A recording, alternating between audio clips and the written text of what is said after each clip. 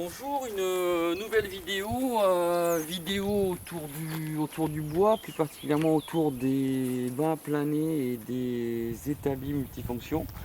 Il y avait plusieurs ateliers qui avaient été envisagés pour ce printemps, et avec le confinement lié au Covid, et ben, tout ça, ça a été aboli. Donc on verra ça peut-être à l'automne ou au printemps prochain, suivant les gens qui sont intéressés. Et du coup, bon, on les a sortis parce qu'il fait bon, donc on va faire un petit tour rapide pour vous montrer les différents modèles qu'on a fabriqués et qu'on envisage de partager par la suite avec vous. Donc au niveau des petits établis multifonctions, il y en a qui sont un petit peu adaptés à tout. Celui-ci, c'est un des premiers que vous avez vu quand j'avais fait des vidéos sur les manches de hache pour remancher les haches. En l'occurrence, c'est une cognée. Donc le principe d'un métier à corde ici qui permet de venir bloquer le bois quand on a besoin. Et de ce côté, tout un système avec des chevilles et des cales qui permettent de venir faire le blocage. Donc en fait, sur ce genre d'établi, on va pouvoir à la fois planer, on va pouvoir râper, on va pouvoir travailler avec des couteaux de sculpture, on va pouvoir scier, on va pouvoir faire un petit peu tout ce qu'on va vouloir. Ça, c'est un des premiers qu'on avait fait, un des premiers chevalets également. Celui-ci, il y a toujours le principe du métier à corde. Il est équipé d'un palonnier. Donc en fait, on peut venir bloquer nos pièces à l'aide du bout de bois ici et venir la travailler comme on va vouloir ici. On peut enlever la cheville et venir mettre le morceau de bois ici et le bloquer dans les cordes, par exemple, si on veut travailler à la plane. Après, on peut s'en servir pour scier, bien évidemment. On est en hauteur, donc on risque pas de couper le chevalet en lui-même. On peut travailler à la serpe ou à la hachette pour enlever, par exemple, quelques nœuds sur le morceau de bois qu'on va vouloir travailler avant de le passer à la plane. Ça sera plus facile à travailler. Ça, c'est toujours sur le même principe des petits établis multifonctions, mais celui-là plus en lien. Cet hiver, on s'est amusé à faire pas mal de cuillères et puis également des tasses en bois, des Kouska. Donc en fait, c'est pour ça qu'on le bloque, on vient le boucler avec une cheville et puis avec un coin, puis après comme ça nous permet de pouvoir travailler ou bien avec un ciseau que j'ai là, ou sinon avec ce qu'on a sur celui-ci, c'est-à-dire des couteaux croches comme ça qui nous permettent, par exemple comme là, de venir creuser l'intérieur de la cuillère. Donc ça, c'est exactement le même que celui-ci, sauf qu'il est plus petit parce que voilà, il y a des chantiers qui sont en cours.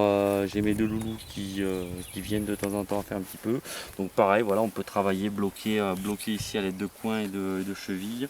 S'asseoir ici, pareil, on a un principe de métier à corde, donc on vient le bloquer. On peut utiliser les cales ici ou on peut les utiliser également ici si on a besoin. Là par exemple, on va pouvoir travailler avec la râpe pour remettre le manche au même diamètre pour cette future petite cuillère à miel, si je ne me trompe pas. Voilà, donc et ça c'est tout du boulot. Donc des fois c'est du bois fendu, des fois c'est du bois rond, ça dépend ce qui me passe par l'esprit. Là toujours la même chose, donc celui-ci pareil, voilà, on peut découper justement si on veut faire des Kouchka ou des équois, de découper nos morceaux de bois ici.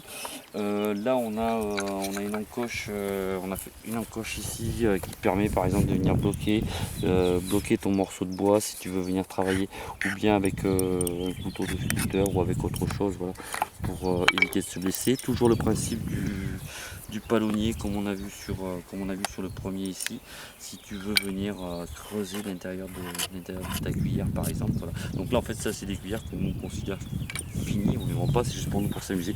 Donc moi quand elles sont finies je les ponce et puis simplement de l'huile alimentaire à l'intérieur, et après elles ne bougent plus, quoi.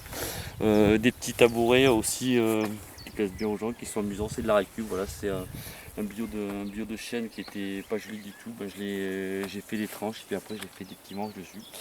Et deux modèles de bord à planer qui eux permettent de travailler avec la plane également, donc pour faire voilà, par exemple des manches de machette.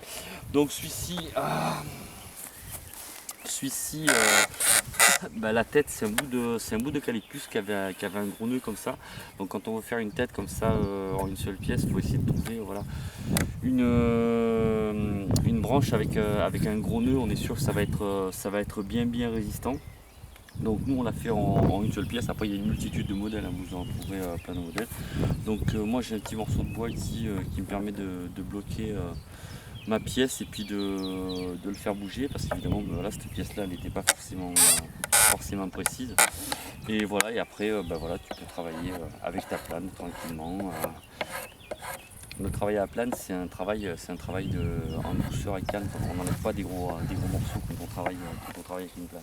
Donc voilà, ça permet par exemple voilà, de préparer un morceau de bois pour remancher un marteau par exemple, pour mancher une herminette si on le veut. Donc ça c'est un premier modèle de bois à planer. Donc ça voilà, après tu peux le déplacer si tu veux en fonction des bois qu'il y a, et on peut travailler des manches de fourche, voire des arcs, ce qu'on veut, puisqu'en fait on a toute la longueur, on a tout le dégagement que l'on veut derrière nous sur ce banc là.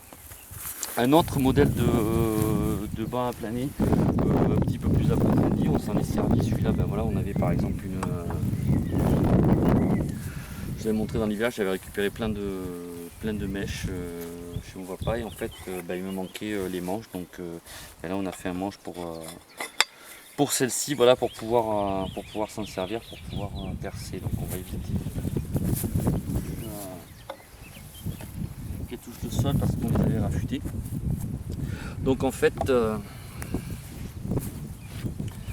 celui-là, en fait, on vient régler dessous une échelle qui est mobile ici et qu'on vient bloquer avec les pieds. Donc ça, évidemment, ça s'enlève si on veut. Hein.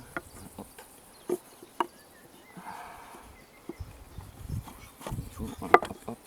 Donc là, on va régler avec ça doit être une chute de frein ou quelque chose comme ça. Donc pour pas le perdre, j'ai fait des trucs derrière comme ça là.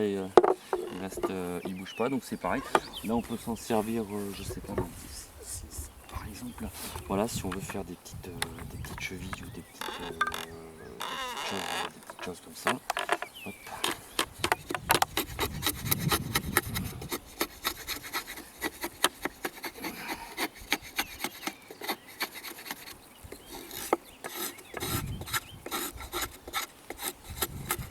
Bon, voilà, bref. Et en fait on peut également l'utiliser de la façon à la façon d'un banc de chaisier, ce qu'on appelle un banc de chaisier. C'est-à-dire qu'en fait généralement les mecs ils ont ils ont une pièce comme ça qu'ils vont venir mettre là ou là, et ça va leur permettre de travailler par exemple pour faire ça va permettre de travailler pour faire des barreaux de chaise, de travailler pour faire des doigts de râteau éventuellement. Donc bon, le marché du doigt de râteau actuellement c'est pas quelque chose qui a le vent dans le dos, on va dire, mais voilà, c'est simplement le plaisir de savoir le faire. Et donc en fait là tu vas pouvoir travailler, et évidemment bon voilà, les deux extrémités de ton morceau de bois sont sacrifiées, mais voilà, ça permet de faire des trucs sympas, puis de travailler à la plane, c'est quelque chose qui est sympa, qui est intéressant. Voilà. Donc voilà, on a fait un petit tour rapide des petites machines qu'on a faites cet hiver, et qu'on avait en fait prévu de vous faire voir et éventuellement de mettre en atelier suite aux échanges qu'on avait eus avec certains. Alors ce n'est peut-être que partie remise, voilà, on verra ça, on essaiera d'en reparler peut-être sur l'automne ou dans l'hiver, parce que du coup le confinement nous a obligés nous aussi à revoir certaines choses. Donc là vraisemblablement on va se retrouver lors lors des prochaines vidéos. Ça sera toujours en lien avec le programme, mais ça sera aussi en lien avec le jardinage et plein de liens en fait, puisque du coup on va terminer les toilettes sèches, continuer la ruche qui était en cours de fabrication, et surtout on va réaliser lors de la prochaine vidéo un séchoir solaire qui nous permettra de conserver nos légumes et nos fruits pour cet hiver. Donc pour aujourd'hui je vous dis ciao ciao, et puis je vous dis à très bientôt.